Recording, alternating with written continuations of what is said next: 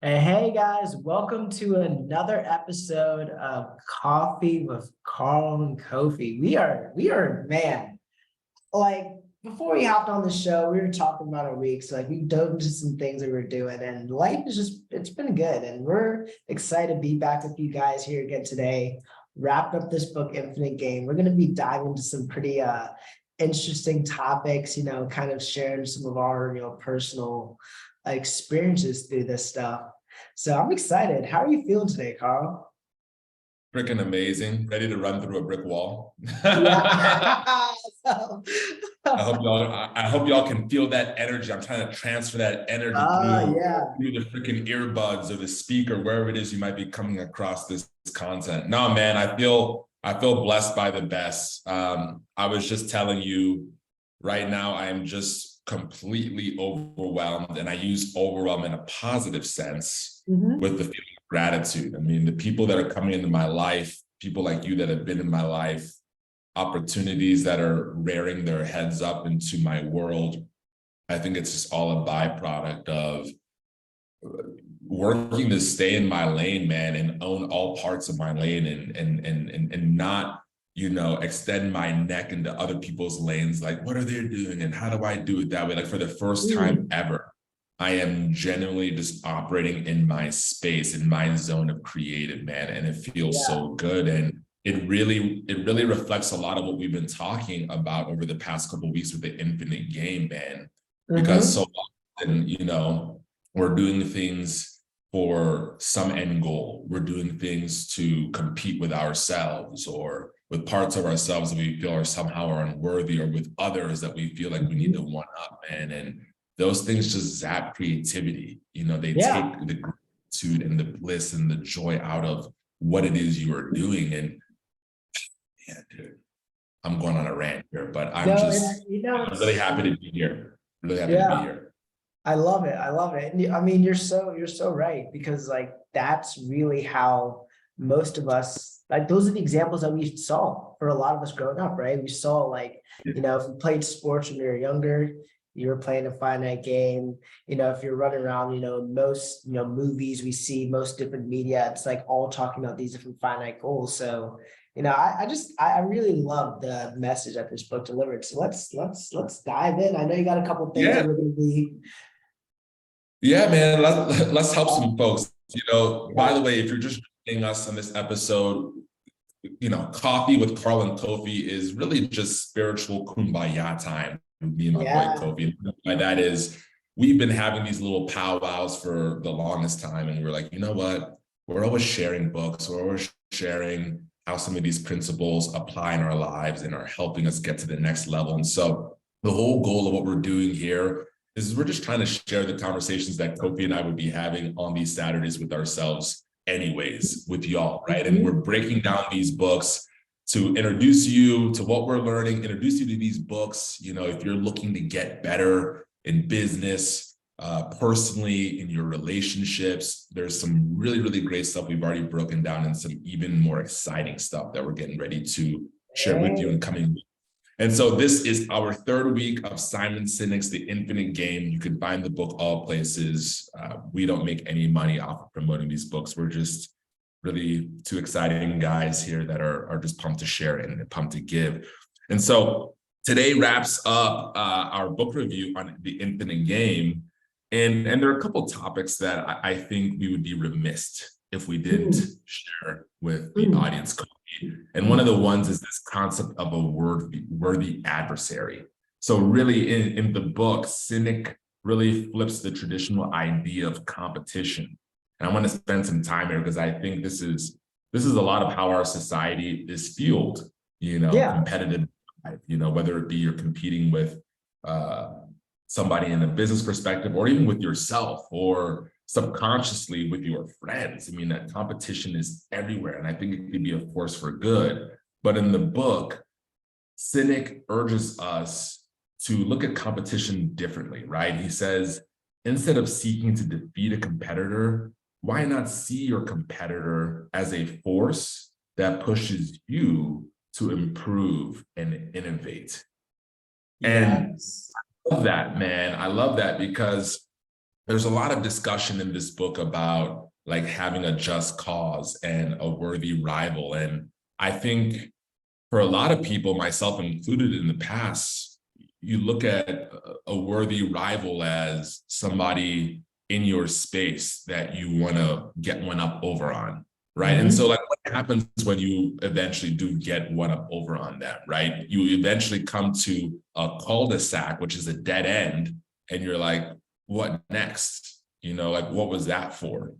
And what's up happening, I know that this happened for me a lot, is because you were so focused on beating your competition and getting to this like finite place, typically you miss a lot of lessons, and those lessons are opportunities, right? To really help you develop your skill set along the course that you are ultimately trekking down. And I think that ultimately life is distilled into moments, man. And if you're so one mind tracked, trying to get to some predetermined place as the end all be all, well, you miss a lot of those moments in life. And at the end of the day, time marches on with or without you.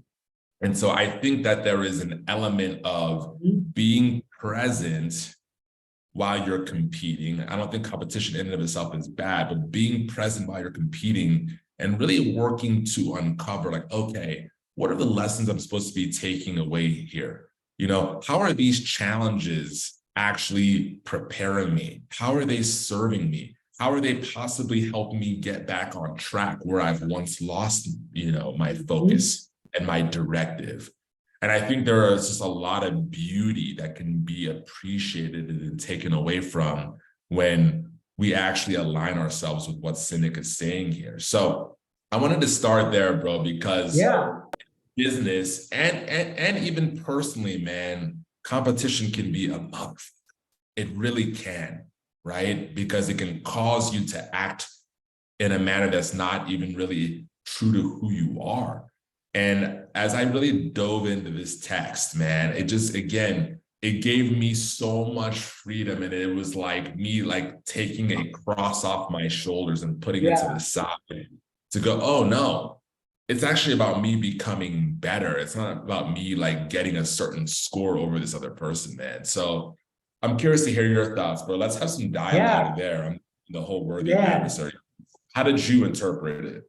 That is there's so much there. And I really love the way you really talked about it and really described it. Cause like I believe, especially with a competition mindset, like, okay, let's think about like the competition mindset and the impact that actually has on the people that we're serving, right? So we've all been, you know, especially if you've been in business or you've been in sales before, you've been in like a competition environment, right? You know, you're in this place where it's just like, okay, like let's, you know, try and be the best on the leaderboard. Let's, you know, try and be the best this month or this quarter. And like when I had those experiences, you know, in the last company I was in before I started my own company, like I just felt like it was just like this, it just created this like environment of like almost like we got to do whatever it is to win. And like, I don't want this person to win. So I'm going to like withhold secrets or withhold different ways I can help people out. And like, it just like, it just gave this feeling like you're walking around almost with like a mask on, like smiling at people, but at the same time being like, okay, I'm going to like do whatever I can just to, I guess, one up this person. And, you know, after some time, I didn't like that feeling because one, like, if you're in an organization and that's the mentality, and you're now like, you know, withholding information so you can beat a person next to you, how is that really the true service of the people you're serving? Like, how can that really be like that? That's not going to be beneficial to like the actual end goal or what should be the you know, the actual goal or the vision for that company. It's like, okay, how can we deliver the most value to our clients? This should be like, you know, an environment where people are obviously, you know, encouraged to push themselves, but also grow together so that they can, you know, provide more value. So like, you know, just that aspect, I really started to see like, okay, like this is not really beneficial towards like the whole reason why this company should have been started in the first place. And then second, kind of just going back to the feelings of the actual person that's, you know, competing, right? Like we all know that comparison is a thief of joy. So it's never it's never going to be a game that you're winning. You're always going to feel, in some way inadequate, because there's always going to be someone that's doing a little bit better than you. And like, it creates this like tunnel vision, because you're not able to truly see, okay, like, you're not able to see anything but the goal. You're not able to see anything else that's like important. I know when I was in that space, like I really started to like not do the things that I needed to do to also just make myself happy, make myself, whether it be like, working out, meditating, eating right. It was like almost I got this tunnel vision, and I was like, I don't care about anything else but being on the top of this leaderboard. And that's Yeah. just like, it doesn't feel great. Like, Yeah. so, I really believe that, having the mindset of, okay, having a Willie Rider, like having people around you that, do push you to get better. But at the same time, it's more of a collective effort. It's like, hey, Yeah. like, when I come to work, I'm going there so I can, continue to improve every single day. But let me also share the things that I'm learning, share the different accomplishments that I've had, so that I can Yeah. also make the other people around me better, because the reality is rising tides raise all boats. Right. Right. Yeah, I used to see it a lot in my friendships, to be honest. Like some of Interesting. my close friends would be making some progress, Yeah. in business or in some sort of like a personal goal, like, oh, like I want to read more. Like I had a Yeah. friend read, like, oh, I'm gonna read like a book a week. And Mhm. I would feel like this tinge of like threat. And it's Yeah. like, oh, because Mhm. I'm not reading a book a week, like I felt some type of way. I don't know if you can relate to that, Kofi, where it just like you feel like somebody else's progress or somebody else's aspiration is shining a mirror in your face and making you feel less than, or making you feel like you're going to somehow get left behind, right? Mhm. And the initial inclination is to sort of be like, man, who does this person think they are, right? And to want to like Yeah. bring them back into your level, right? Yeah. I'm sure everybody can relate to this. It's part of the human condition. I mean, it's It a lot of is. how we have Mhm. been environmentally programmed, right? And so, fortunately for me, because I spend a lot of time in introspection and reading books and just, thinking, right? I'm able to recognize that. I'm able to go, oh, okay, like that's not actually how I feel. That's just some old programming that we're still weeding out. Mhm. And looking at this concept of the worthy adversary, I'm able to go, oh no, like that person reading a book a week, like, good for them. Yeah. It's that I have people in my life that are like pushing themselves to get to the next level because they're seeking personal mastery. And I think that's ultimately what's going to help us really, move the collective together in a better direction. But secondly, if I feel like that's something that I can do, and that's something I actually want to do, well, Uh-huh. that is ultimately increasing the temperature of the room that causes me to raise my internal thermostat. And so like that's actually a moment for me to be grateful for. It's like, oh wow, like that person's being a great leader and they're causing me to consider what it could look like for me to level up my game in that Mhm. space. I don't know if that makes Yeah. any sense. No, 1,000%. Like, it's because you're instead of like feeling coming from like a sense of inadequacy and like scarcity, you're coming from a place of abundance. Like you're really saying, hey, like instead of like, I'm not going to let this, this person is like accomplished something, this person has like a great goal. Like that shouldn't make us feel bad. That should be like, hey, like, wow, like, first off, that's awesome that you're doing that. Like, that's amazing that you're taking the time to go out and improve yourself. And on a second note, like, maybe it makes us reflect a little bit and be like, all right, like, are there maybe some ways that if I have the desire to, that I can also improve myself? But it's looking at it Sure. from like a completely different lens. So yeah, absolutely, like it hits. And another point on this that I think is really important too is like when you're in that constant state of like competition, always trying to like one up, the person that may be next to you or the people that are around you, it's very difficult to actually see like what your true skills are or what like Mm, your like own like what your superpower is. Like imagine like if I was on you know, um, uh, the Warriors, yeah, and every time I'd go out, I'd be like, okay, like I have to like score more 3-point shots than Steph Curry.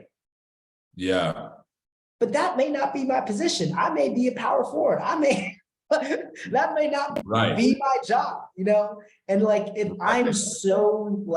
I'm so concerned with just beating someone else and like looking at what they're doing, I'm taking attention away from what my true superpower is, because maybe that's not my role. Maybe my role is to focus on some other skill that, I have at the moment and refine that. And I feel like when we're constantly looking at other people and just like judging ourselves based on what they're doing, it's extremely difficult to actually recognize what our own superpowers are. And I feel like that's where a lot of people are at, because they're in this place where they're constantly being distracted by what everyone else is doing. Like I see it all the time, like, oh my God, this person has this thing, this person is that, this person's doing this. I'm like, you also have an immense amount. Like, don't Yeah, diminish your own accomplishments. Don't diminish the own things that you're doing. And, right. maybe it's just about being the best player that you are, not trying to, you know, again, be the new Steph Curry, the best, 3-point Right. shooter out there in that regard. Yeah. Yeah, no, 100%, bro. 100%. Like, I think we talked about this on the last series with the courage to be disliked. And I remember sort of giving like a directive to the group. And I was like, hey, listen, like at some point in time, you're going to have to sort of pull yourself in and create just a little bit of space for you to think and be in silence and come to a place of general understanding with regard to what you're put here to do and how you can operate in that space as effectively as possible. And it's an uncomfortable exercise because we tend to want to get caught up in the latest fad or what looks shiny, what looks sexy. And Mhm. oftentimes what people fail to realize is like, as they're in the bleachers of life and they're like rubbernecking into the arena and looking at people that are actually playing the game and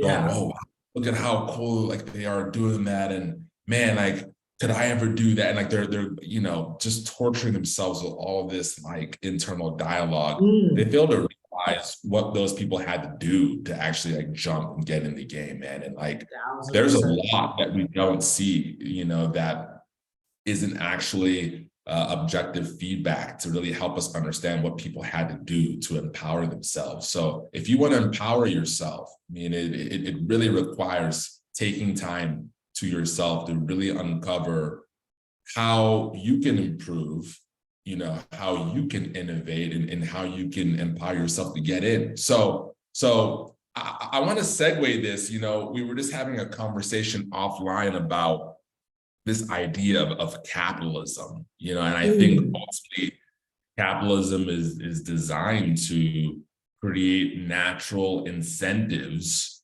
for folks to think about how they can improve a situation or how they can iterate or innovate, a solution that might not be working as effectively or as efficiently as current models that are currently being used or implemented. And I mhm. don't think capitalism is perfect in and of itself, but I was just having a conversation with my little sister. She's 22, so she's technically a Gen Z. Shout out to Kira. She's getting ready to graduate from George Washington next week. And I'm so proud of her. But she asked me this question, and I want to turn it over to you, Kofi. And she said, Yeah. do you think it's legal for people to be able to become billionaires? Mm, I mm, took a, I mm. took a second to actually like consider what it was she was actually asking me. And I said, yeah, I do. But I want to ask you the question before I tell you why I feel it's legal and why I feel like it should be Yeah. encouraged. Yeah, this is interesting. This is really interesting, because especially nowadays, a lot of people have a an aversion to the Yeah, even the word capitalism, right? We have aversion to this sense of like money, or even seeing extremely wealthy, people operating in their lives. And Simon Sinek in the book Infinite Game, he quotes this really well. He talks about, I believe it was Adam Smith, and he talked about how the original goal or vision for capitalism was originally to like, have a, organization that's able to improve their community, be able to provide jobs, but also make profits so that they can continue doing those things. But then there was, I believe it was Friedman, who essentially came out, and this may have been, I want to say it was like in the 80s or 90s, he came out with this idea that like, CEOs are just essentially employees of stock or shareholders, and their job is to like, drive the shareholder price. right. So because of that, mindset, a lot of companies started, stepping away from the idea of Smith that like, hey, companies should have this altruistic goal that's embedded for the communities, and start to just say, hey, like, how can we like have as much profit as possible? And that's when you saw a lot of different companies like, it start off with like, would it be like cutting costs through like, doing like cheaper labor, or like, whether it be like firing employees to increase like shareholder price, or like, Yeah, just doing all these things that like communities start to see like, hey, like this is not cool. So it really started to perpetuate this like whole, I guess, shift in very large corporations towards like less of like the impact and like the true infinite game and the vision towards like, hey, like let's just be as profitable as we possibly can. So I want to say right. first that like I understand why some people can have that point of view because like of the way a lot of these companies have been run. But really Mhm. what we're trying to convey here is that, with the infinite game, the infinite approach, and this approach that says, hey, like, we're here to provide service. We're here to provide, benefits for our community. We're here to provide jobs. And yes, by Right. making profits, we're able to do that on an even higher scale. So when I think of people that like, have become very wealthy, and I've known a lot of people that may not, I don't think I know any billionaires yet, but I know people that are very affluent, and I've seen them as some of the most caring, giving, and, people that are, the most like service focused people I've ever met.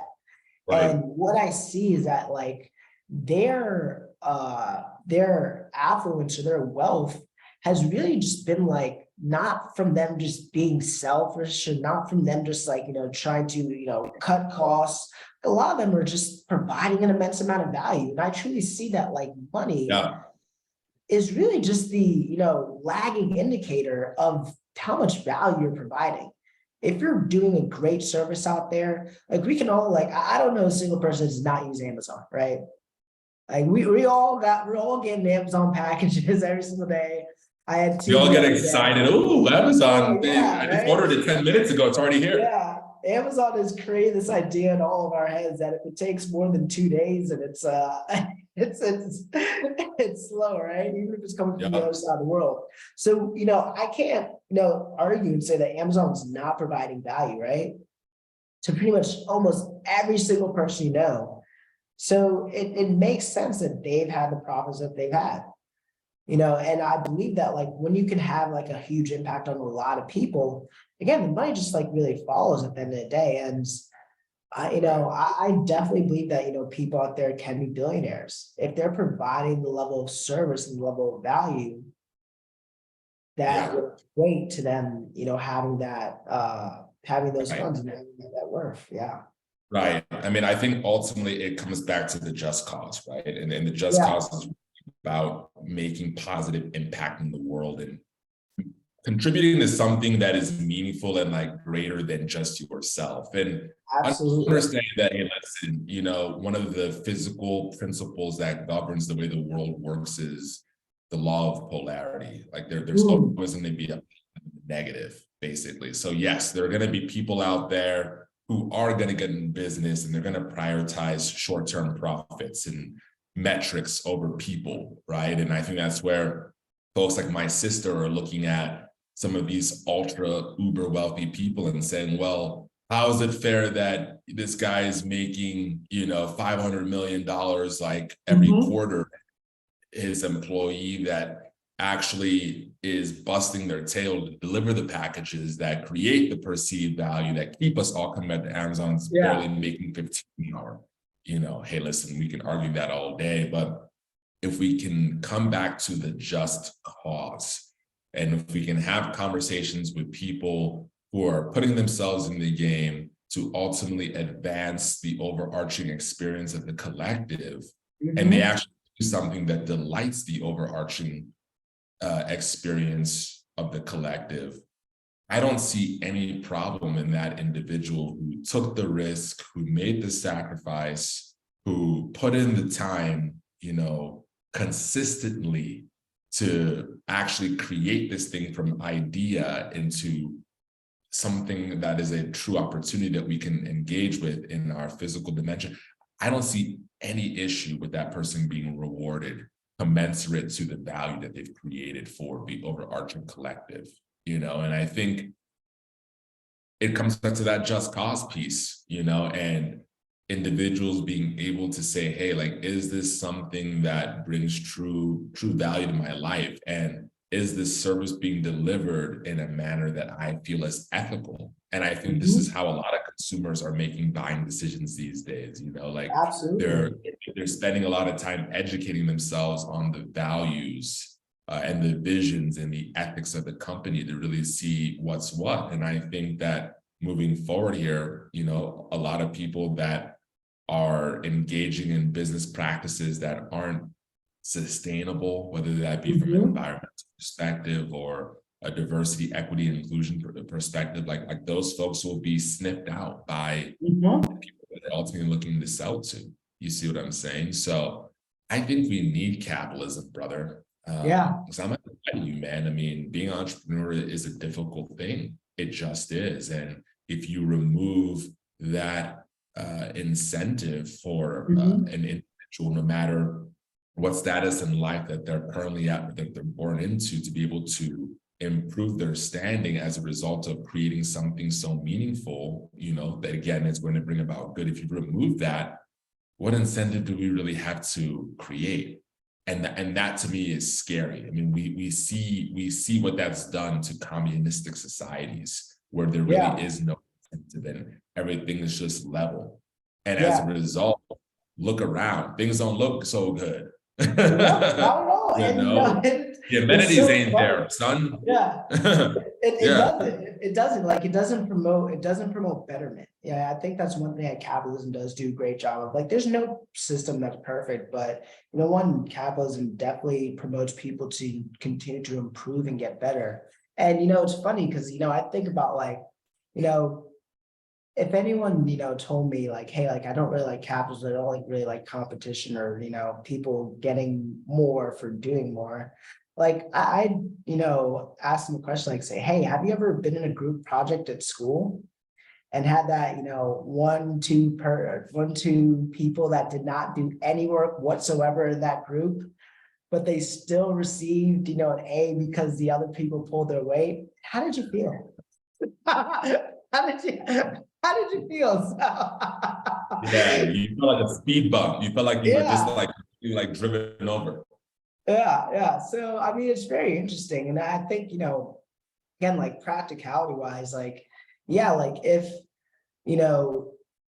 I absolutely believe that, again, the service of the people that the business is in has been formed by, and also the employees should be rewarded heavily, because that at the end of the day is going to continue to promote the commitment to providing the value that they are as a company. Right. And then on the back end of that, as long as those things are in place, I think that's so important to keep that in mind. That's in line with this infinite game. It's not a problem for the the leader to be compensated, because of course there's a lot more. We oftentimes talk about this, how these people gain this massive amount of wealth and they're doing these things. We don't look at the other side of it. It's like, look at all the responsibility they have. Look at the thousands of people that look to them in order to make the right decisions. And that's not an easy thing. Like if you've been a leader in any capacity and people try to be, you know, that like, it's a lot. And you have to make sure that you're like, and the huge determination of the leader is how you lead yourself. You have to make sure that you're continuing to learn and grow. You have to have emotional intelligence to, get through different situations in a calm way. Sometimes you have to make, sacrifices of your own time, your own energy to do things because you know that this is going to be, beneficial. So there's a lot of things on the end of that like I feel like that need to be in that conversation if we're going to talk about, people that have achieved a high level of net worth, like what they've done as well too. That I mean, the reality is not as many people are willing to do. Right. I mean, to take on that level of risk and to not really be able to remove it. When you're an employee, you can come home and you can remove the weighted vest of whatever your job or whatever your role at the organization that you work at entails. As the entrepreneur or the business owner or the high-level executive that is really tasked with championing this organization forward, right, towards the just cause. You don't ever get to remove that, and understand that that is a role that everybody has an opportunity to play if they would like. Yeah. We can all take a step back and look at our communities, look at our worlds, and find a problem that we feel can be improved. And if it's the right one for you, you're probably uniquely qualified in some sort of capacity to go out and begin to make a meaningful dent towards that problem. But the vast majority of people never do. And so that's not a problem if they don't, but like understand that like you're basically removing any likelihood or any probability that you have an opportunity to become a leader, and that you have, a future opportunity to enjoy the rewards relative to what comes with that, right? And that's what I was trying to help my sister understand. I was like, but hey, listen, like the way our country is set up, like, yeah, we're all born in sort of different situations, but anybody, and I mean literally anybody, because we see it. Look at people like Jay-Z. Look at people like, the Williams twins or the Williams sisters, they come from really bleak situations. And what is it about them that helps them or that allows them to level up? It was their belief in self. It was their ability to lead. It was their ability to do the thing that was uncomfortable, that the vast majority from their environment thought was never possible for them, to ultimately change their circumstances. And so why shouldn't they be rewarded with a billionaire lifestyle now? Why not? And I think it's actually a noble thing, more people aspiring to go as high as they can, whether the goal is a millionaire or 100 millionaire or billionaire. I think it's a very noble thing, because ultimately you're showing others what's possible if they should so elect to chart that course for themselves. 1000%. And that's where I couldn't quite get on the same page with my little sister. I mean, I think she sort of understood that argument to a certain extent, but was like, oh, like, why does it have to be a billionaire? Or well, and I'm like, hey, listen, there should be no ceilings here. Yeah. There should be no ceilings. Like the way I live my life, I am infinitely, right? Plug intended here, or pun intended. I'm infinitely curious about how high I can go, understanding that at the end of the day, I don't even have that many years here. So why shouldn't I aspire or desire to go as high as I can? Not willing that it's a billionaire or multi-million, whatever. Like, I want to see how much I can contribute to leave humankind in a better position. And I think that if that's your mindset, you should be rewarded commensurate to that. That's my argument. Yeah, I love it. I'm right on the same page with you. And like, I would, also just add there, like, if you may be thinking or like considering like, oh, hey, I have these feelings towards capitalism. Like I'd question or ask you to ask yourself this question, like, what is your relationship with money and finances? And like, how do you feel about that area of life? Because oftentimes I feel like people have like a disconnection and think this thing could be, bad, but I see it as like it only brings out more about yourself. Like I've met a lot of people that have, obviously a little more affluent, and they're giving, they're serving people. They're, again, it's bringing out more about themselves. And I think that so many like really good people need to have this mindset more often that like, hey, I can build a business, I can make a lot, and I can have an even bigger impact on my community and the people around me. Because leading with that mentality, like really is able to put more capital, more influence in the people's hands that truly need it and will really do a lot of good with it. So, I would like to see a lot more people that have that mindset. Like, how can I build a business? How can I, build wealth? Because this is only going to allow me to amplify the good that I'm doing or wanting to do in the world. I think it's actually selfish to not want to go out and make as much money as you could, I agree. because Yeah. when you're limited at a certain income, for instance, you're working a job.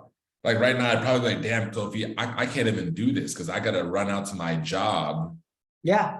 sell my time to make a few dollars to just take care of me. Like, job is Yeah. it's so singularly focused on me, my needs, my direct household. Yeah. It's typically very little to be shared, whether it be giving back to your church or even giving of your time to do something productive that allows you to feed other people, with new ideas, concepts, so on and so forth. So I think one of the most noble things that anybody can do that might be listening right now is to figure out, like, okay, how do I stop selling more of my time for money? Because, especially if you're a financially literate person, like you understand this concept of inflation. Like money is not even really worth like what it was this time last year. It's not. Nope. And so you chasing money that is losing more and more of its value and selling more and more of your time to try to keep up a lifestyle is sort of a losing proposition. It's sort of a finite mindset. It's a finite mindset. It's like, I gotta go get more money, which is losing its value to try to keep this certain level of living so that I feel comfortable or so that I feel accomplished or so that I'm somehow keeping up with people in my community. That's a finite mindset versus thinking, oh, okay, like, well, if somebody offered me $1 million, which sounds like a lot of money, but they told me that I only had 24 hours to enjoy it, would I ever take that deal? No, you wouldn't take that deal. Yeah. Would you take $1 million, but you only had 24 hours to enjoy it? So that right there, folks, if you wouldn't take that deal, that right there is proof in the pudding that you value your time more than you do money. And so why wouldn't you start to think about ways, if you believe you value your time more than your money, to create more time for yourself, create more time for yourself, considering that's the thing that you value, so that you can have deeper connections, so that you can do the things that actually matter, so that you can bring about the just cause in a way that isn't being directly threatened or stifled by, oh, I got to go make more money. By the way, this thing that is just losing more and more of its value as time goes on and on. So I think just being able to even engage in that level of thinking, which is more of an infinite mindset, absolutely, yeah, is a truly noble thing, because you're looking broader than your current situation. And you're not focusing on yourself. No, I 1,000% agree. Like it's because you really have to have like this aspect of focusing on others in order to want to start a business. I think just in general, I think that like one thing that I, oftentimes will question like people that want to start a business or want to get into an entrepreneurial sense is like, don't focus on just trying to make more money. It's like, who are you going to help out? And what is the problem that you're going to solve? And having that approach really leads to so much more. And then again, like if you really don't like money, make a bunch and then give it all away. Give it to a charity. It's not like you have to that's totally an option. You can have a big impact and create a whole shift in the community. If Right. if you know, hey, I have what I need, I'm good. Now you have more abundance to actually make a bigger change and a bigger impact to someone Right. else. So I don't think the argument holds Yeah. up. Yeah. Like It's like, it just doesn't. it's like Yeah. these people that believe that it's not cool to have money. Well, okay, what is it cool? Like what's cool? Supporting the causes that you care about, being able Mhm. to help a friend in need, being able to eat good food that cost, are those things cool? Yeah. Do those things take money? Yeah. Okay, then. Yeah. Well, find a way to stop trading your time for dollars, which is Yeah. really the uncool thing, in my opinion, and find a way to actually Yeah. provide real value, not just trade your time for dollars. And then, oh, by the way, when you go to a job, you're just kind of fucking around for like most of the day. That's Yeah. not Yeah. cool. Create a solution, create a coalition, create partnerships that actually like can help advance the just cause of whatever you feel, compelled to improve. And then to your point, make that money so that you can ultimately enhance those things that you feel are cool. Yeah. Like those things take money. It's just the way the world works. So it really gets under my skin when people are trying to propagate this narrative that like it's somehow evil or bad to want to aspire to make money. I mean, it's oxygen. Yeah. It's It's a oxygen. resource. It's Is just it a cool to resource. not breathe? It's Yeah. just a resource. Is it cool to not have like oxygen replenish the cells in your body so that you can have vitality? I mean, literally, like think about it. Yeah. So, Yeah. And I most, mean, yeah, I think I might be going off on a rant on this one, but most of those people that have this aversion to money, they're not monks. I don't see them living in a monastery with no, nothing at all. They usually have some luxuries no, and not a lot. So I mean, I was I was seeing this woman once upon a time who was making a lot of money in tech, yeah. and she had this aversion to money. She was like, greedy capitalist pigs. And then we like both looked at each other and we were like sitting in her $900,000 townhome with all of her nice things. And she was like, I mean, I am kind of benefiting from capitalism. Yeah. And then she said something to the effect of like, well, if I could just like make enough money to like, fund my fashion habit and then give the rest of it away. And I'm like, okay, like that's cool. What? Like, yeah, so make money, do the things you want to do, and then give the rest of it away. Like if you really feel like there are so many causes out there that are somehow not being benefited by capitalism, well, then you put yourself in the game. You find a way to play the game of capitalism, understanding that there's money to be made. There's no shortage of it out there. And then you fund the things that you feel are underfunded. Is that not a Yeah. noble thing? Is that a great way to use money? Is that not a way to sort of balance out the scales from all the greedy pigs? Because understand, hey, listen, there are people who understand how the game works. And going back to the law of polarity, they will leverage the game for negative intent.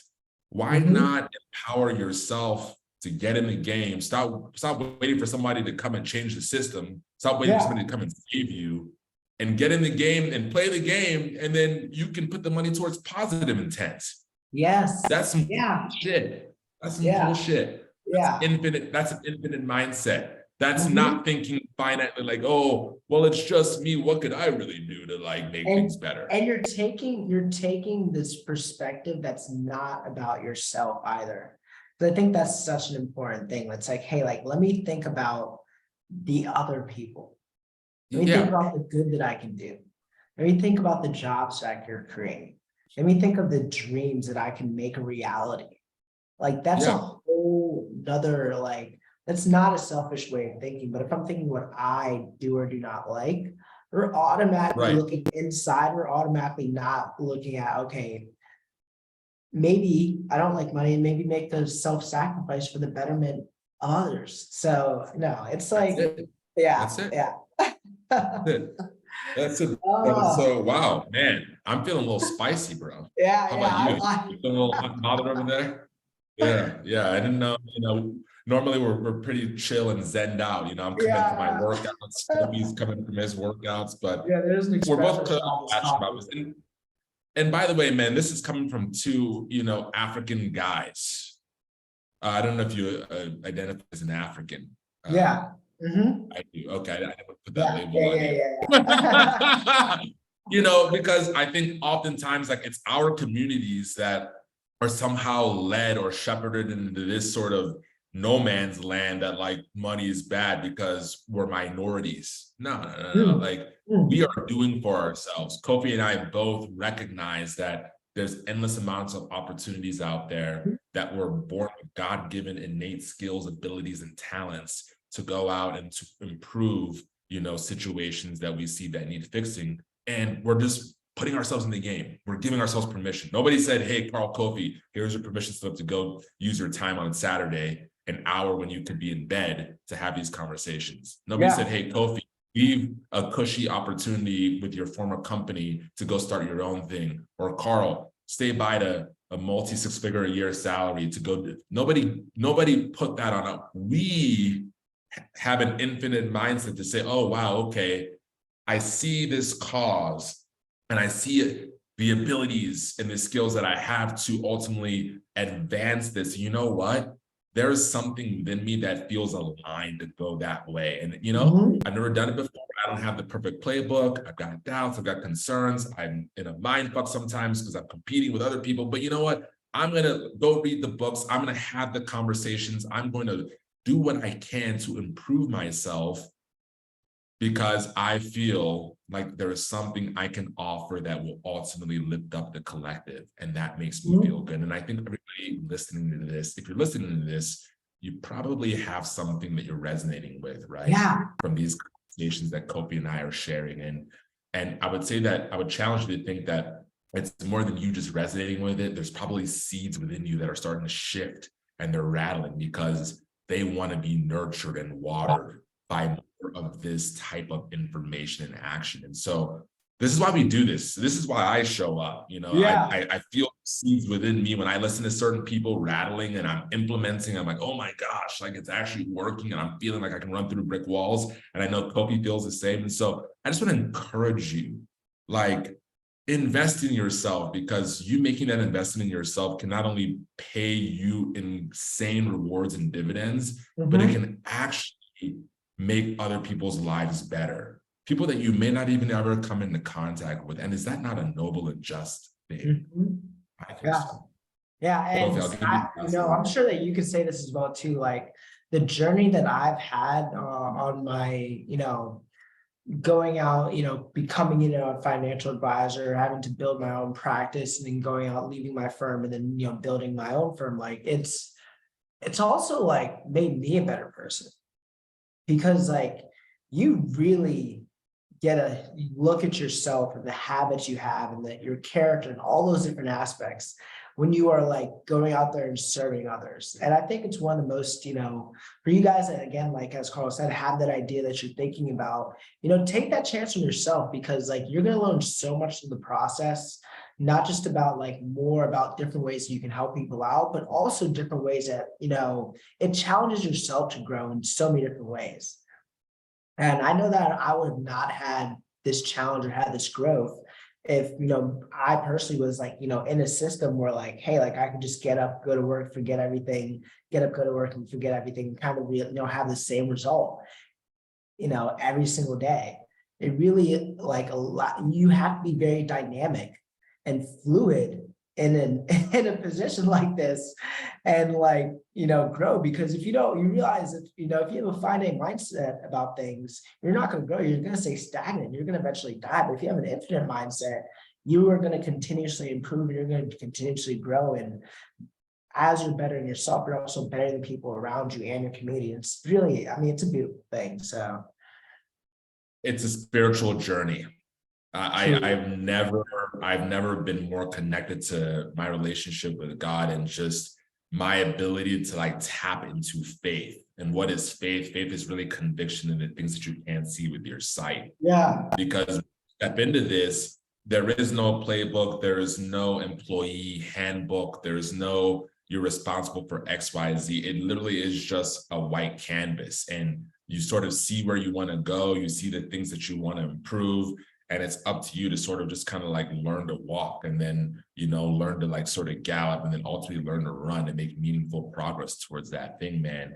And inevitably, there's a lot of stumbling that happens. And that's really where you've got to like dig deep into that conviction that where it is you intend to go is a real destination. You don't quite know how it's all going to piece together, but it requires so much faith, man. And I think sometimes when you are in the whole selling your time for dollars thing, there's just an autopilot there that comes on. I know that I had it, man. I mean, I'll never forget sitting in my condo in Nashville, floor to ceiling windows, looking out, and just like, man, well, I got everything that I ever thought I wanted, far sooner than I ever thought I would have it. And like, why is it that I'm feeling like empty? Why is it that I'm feeling sort of lost?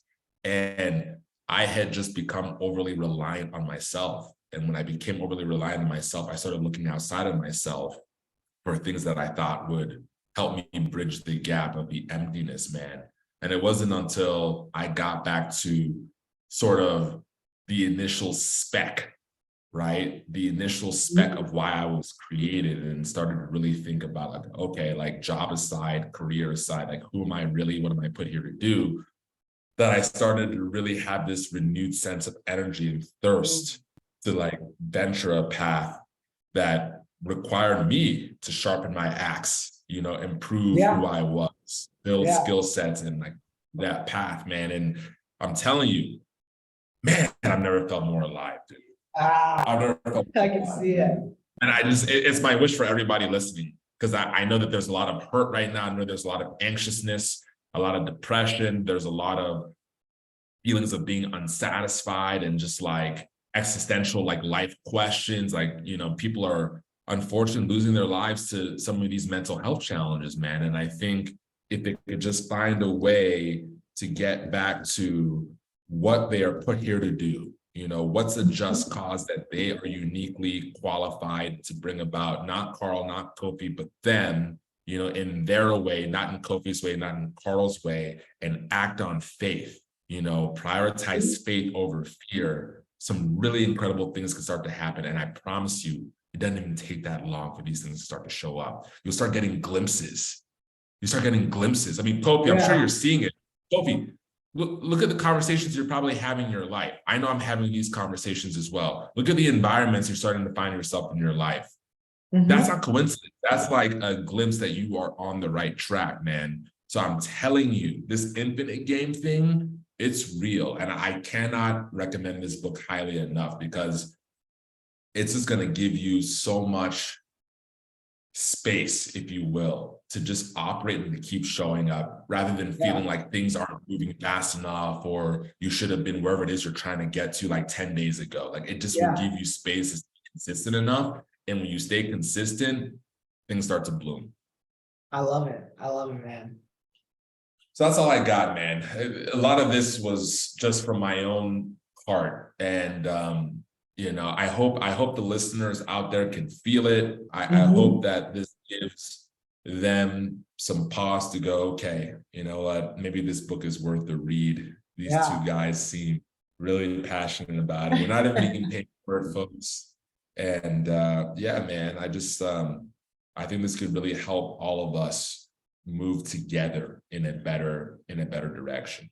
Absolutely. And as we're, wrapping up here, I definitely want to encourage people to take this book, not just, or read this book, not only if you're a leader or if you're a business owner, but, applying these principles in your life as a philosophical standpoint is actually extremely powerful, because when you really can approach, life in this way of like, okay, it's not about winning in the moment or, getting one up. It's about like continuing to, operate in a way that, you can allow yourself to, continue to play.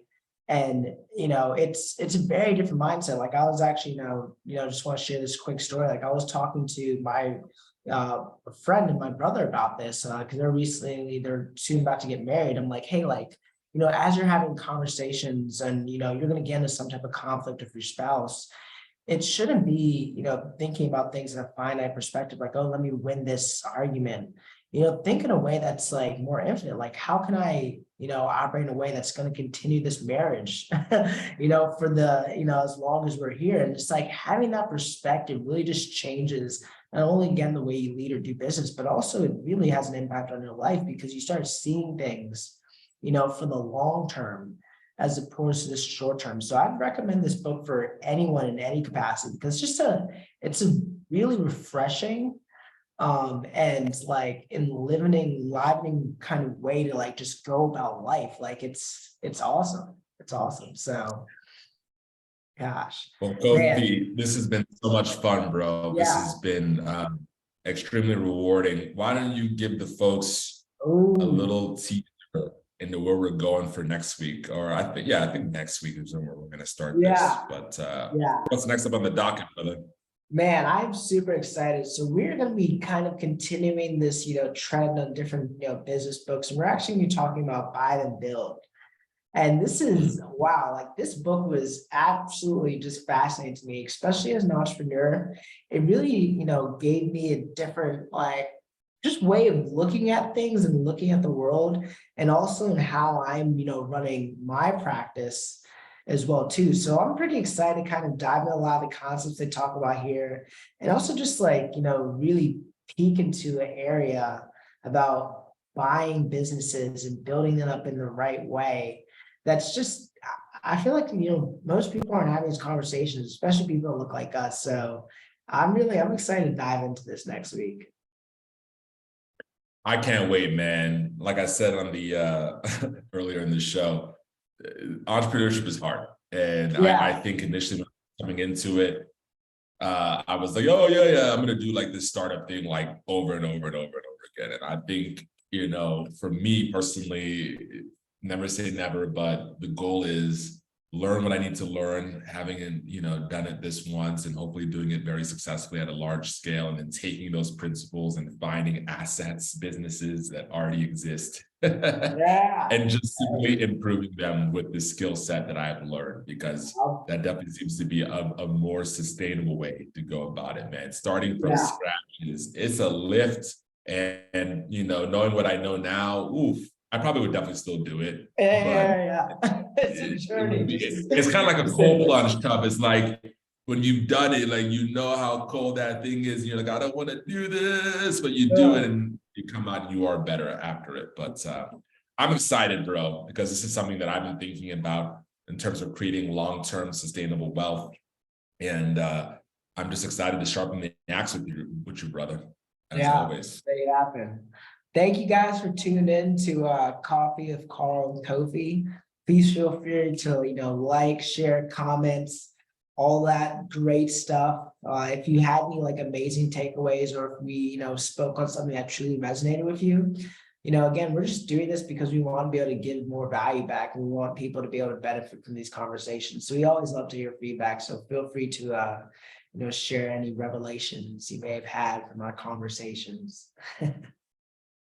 Absolutely. Much love, everybody. See you guys soon.